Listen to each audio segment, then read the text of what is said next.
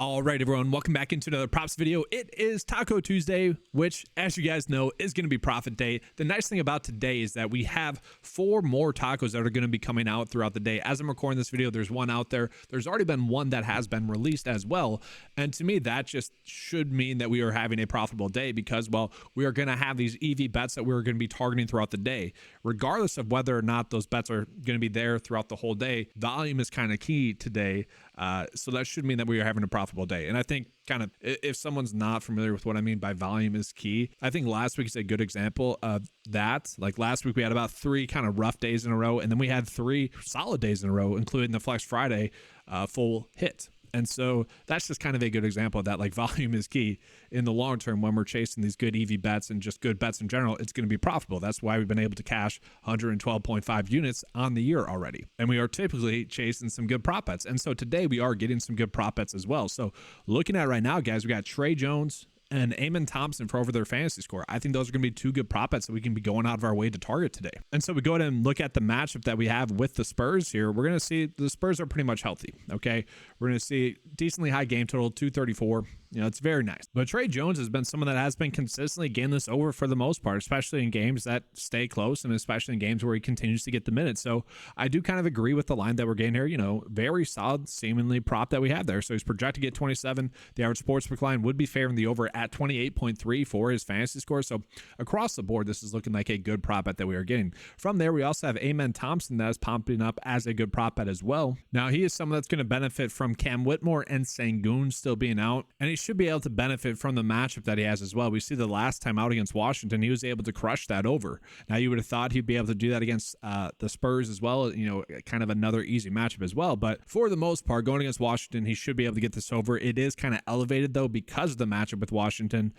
Granted, you look at the last game against Cleveland, you would have knocked him probably around 4 fantasy points because of the matchup with Cleveland as well. So not exactly a matchup proof, but this is going to be a good matchup. And so when we look at the odds that we are getting for him, the average sportsbook line would be favoring about 36 for the fantasy score, but that'd be about a 50-50 split there. So probably more expecting him to get closer to 35 fantasy points, 36 fantasy points, but the projection data only has it set at 33.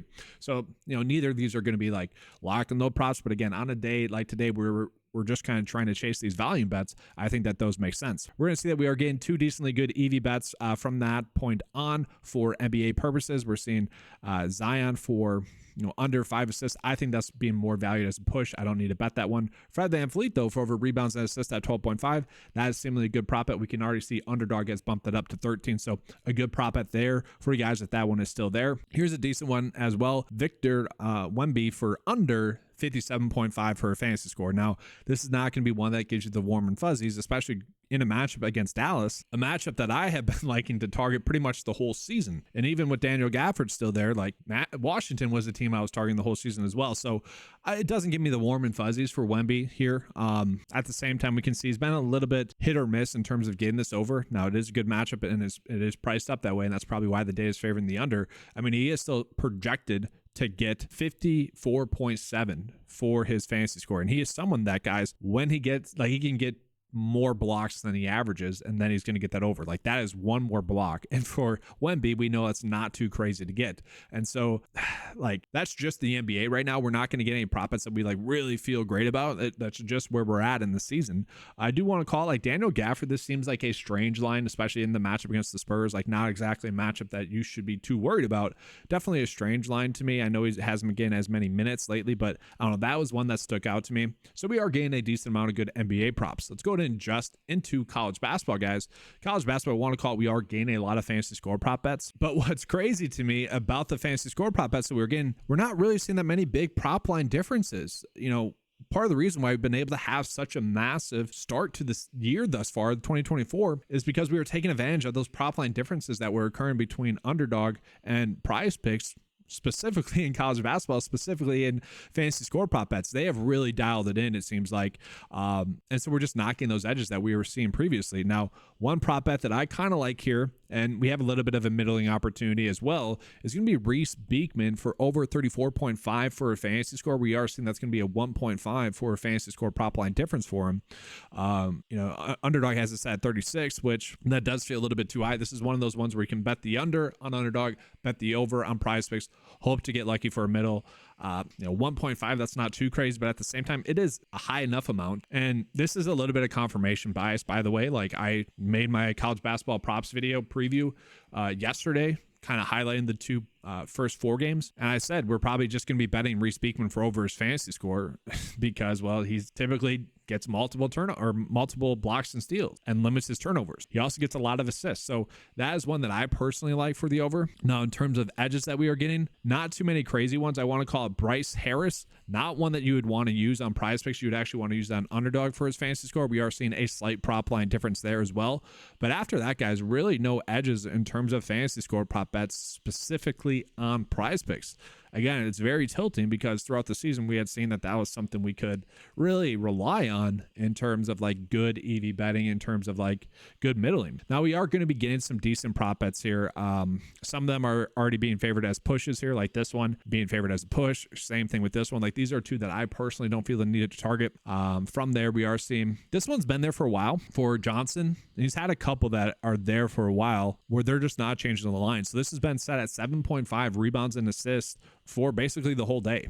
And we can see Underdog has already bumped this down to 7. This is a good EV bet. I'm not exactly sure why they haven't changed that one. That's a good bet that we should be using today. From there, another one that has been there basically the whole day, 12.5. Underdog has bumped it down as they should have. It's just strange that PrizePicks hasn't adjusted those yet. Maybe they're trying to trap us in there. Another good EV bet, Thomas for over 4.5 rebounds.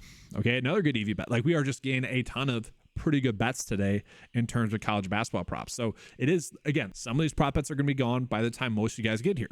That's just going to happen. But we have so many tacos throughout the day that volume is going to be key, where we can just chase these good EV bets and we should be in for a profitable day. And obviously, that's always my approach for you guys, is giving you, send you guys up for sustained profit. And then just prop line difference wise, really nothing there. Hockey wise, I know we're not getting that many good prop bets as well. So with that, let's go ahead and jump into my favorite 6 bets right now for Taco Tuesday. So like, more than ever, I think today with my Taco Tuesday strategy, where we are getting 6 tacos, 4 more throughout the day, 5 as I'm recording this, is that I really think we should be betting all the prop bets individually with the taco. So you're pairing these all up individually. So you pair this one with the taco, you pair this one with the taco, you pair this one with the taco. And obviously, if the prop bets are not there, then you just go down the list. That way we should be ensuring ourselves a profitable day. But with the amount of prop bets that we have, really doesn't matter what your unit size is. I'm guessing that this strategy should be useful for you guys because, well, we're having so many tacos throughout the day. But that's going to be all. I do want to remind you guys,